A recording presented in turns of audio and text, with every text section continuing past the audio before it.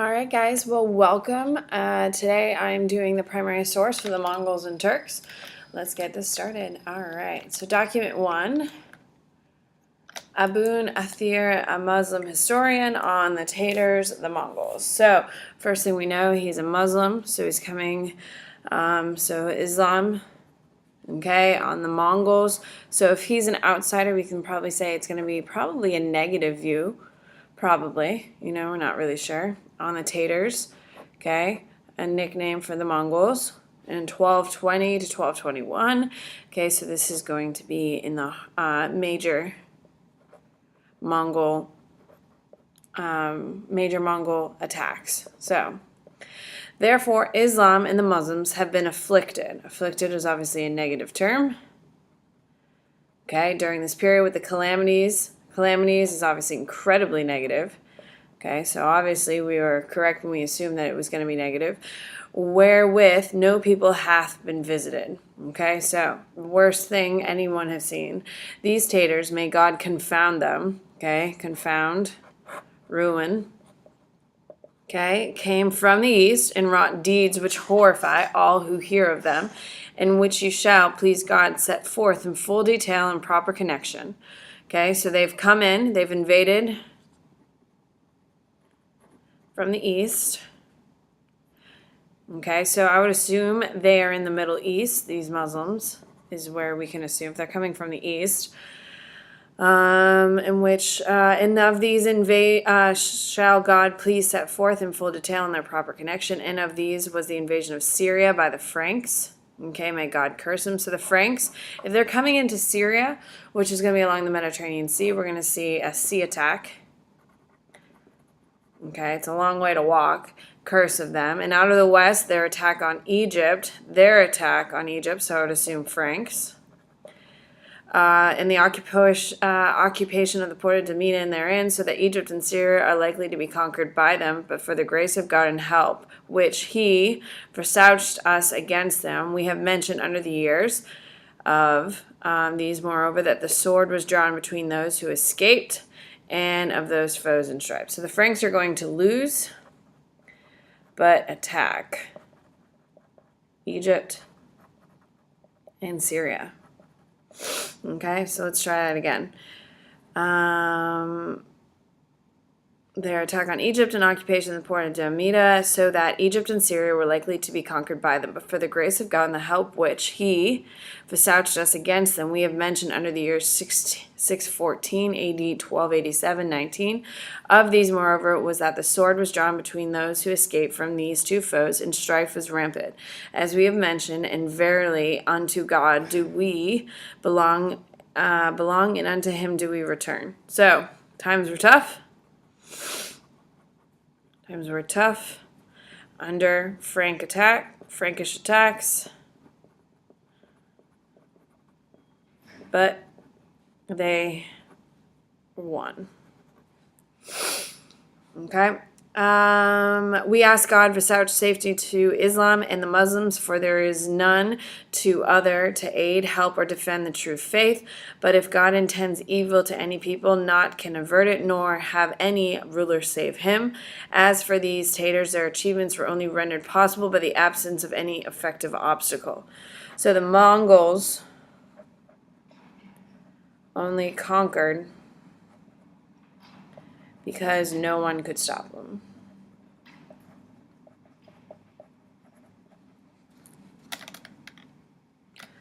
Okay, were only rendered possible by the absence of effective obstacle, and the cause of this absence was that Muhammad Khazari had overrun the land, slaying and destroying their kings.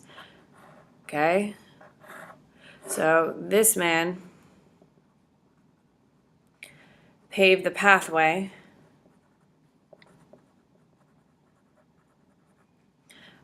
for the Mongols' invasion. So he killed everyone. had overrun the land, slaying and destroying their kings, so that he remained alone, ruling over all these countries. Wherefore, when he was defeated by the Tatars, none was left in the land to check or protect those lands, so God might accomplish a thing which was to be done.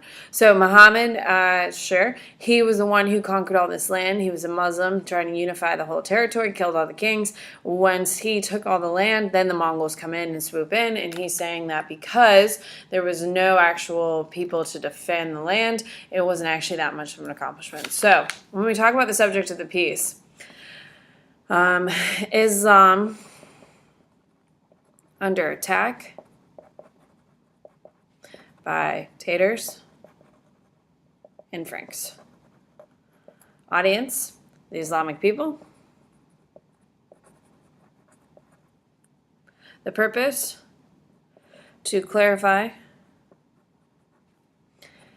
that the Mongols are not that strong. Not that strong. Speaker is going to be a Muslim historian. Negative point of view. Negative opinion of Mongol strength. Okay, the tone of the piece is very negative, of course. Very negative. Kind of forceful. Wants to prove Mongols as opportunist. Okay, so the point of view, why he wrote it when he wrote it. He wants to show that God, parentheses Allah, has not forsaken the Muslims because of these attacks, but to show Muslims are actually stronger. Okay, so he wants to show that God, Allah, was not forsaking the Muslims because of these attacks, but to show the Muslims are actually stronger. Okay, if it wasn't for Muhammad K, who killed all the kings and unified the land out in the east, then there would never have been a Mongolian attack, because the Mongols would have had to fight by king, by king, by king. But because the Muslims are so strong and they could conquer all this territory, we're going to see that that's going to happen. All right, so the next document 2. Marco Polo on the Tatars, a Mongol woman from his travels of Marco Polo. So Marco Polo, he's an explorer. He's Italian on the Mongolian women. Okay, so he's going to be in the Yuan dynasty. Okay, from his travels 1310. So they are firmly in power. Okay, and we also know he's going to be talking to Kublai Khan, not Genghis. All right, their women are not excelled in the world for chastity. Chastity means they are not excelled in the world of chastity, so sex is open. Sex is an option prior to marriage.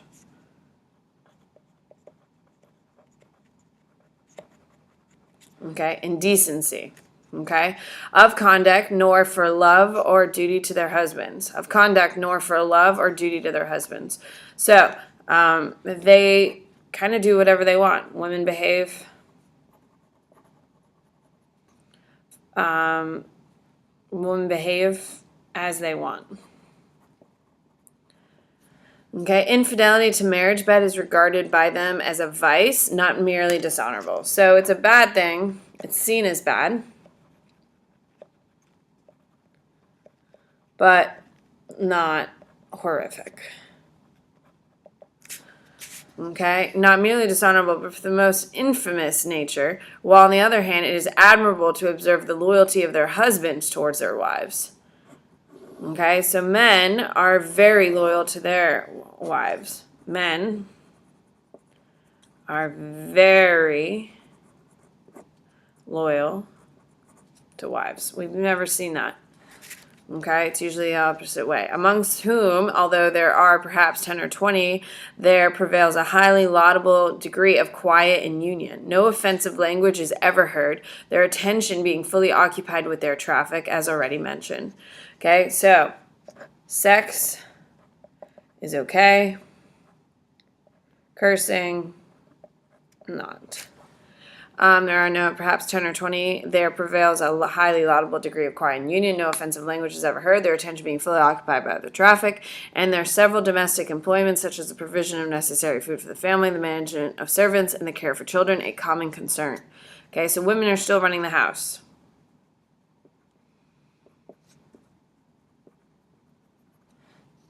And the virtues of modesty and chastity in the wives are more praiseworthy because the men are allowed the indulgences of taking as many as they choose. Okay, so women are respected.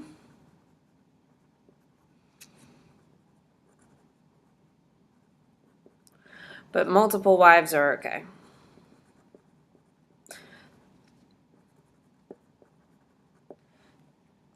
Their expense to the husband is not great. On the other hand, the benefit derived from their trading and from the occupations in which they are constantly engaged is considerable. On which account, when he receives a young woman in marriage, he pays a dower to her parent. The wife who is the first espouses has a privilege of superior attention and is held to be the most legitimate, which extends to the children born by her. In consequence of this unlimited number of wives, the offspring is more numerous than amongst any other people. Upon the death of a father, the son may take to himself the wives he leaves behind, with the exception of his own mother.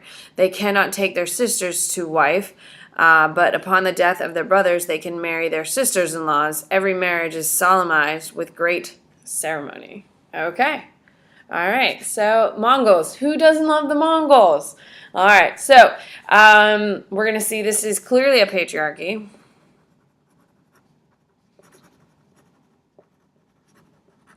However, women are respected.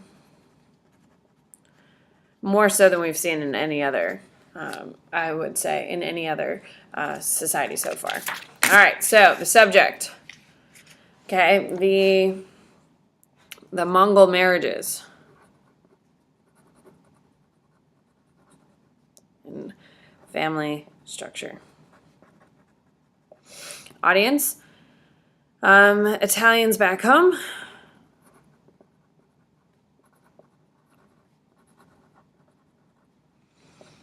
Or other Europeans.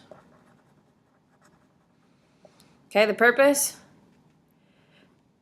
To explain the complexities of Mongolian family structures.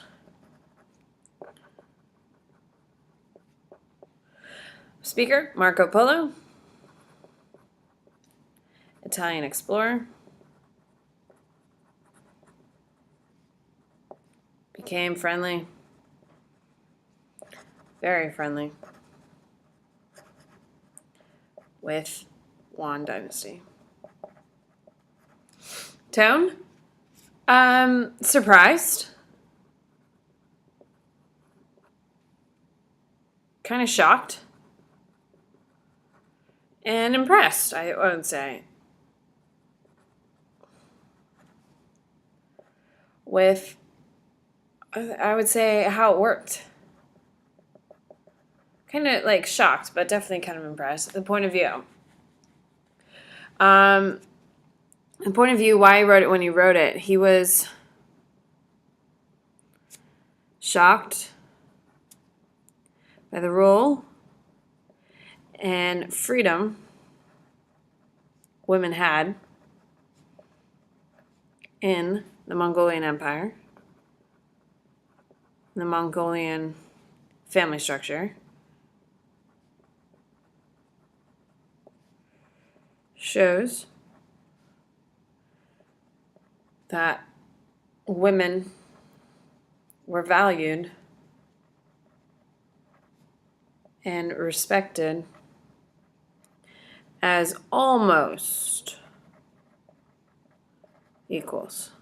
That is definitely not happening in Europe. All right, guys. Well, there you go. I love Mongol Week. I hope you are excited and enjoying your reading as much as you possibly can. And I can't wait to see you in class on Tuesday. Have a great day. Have a great week. And I'll see you in class.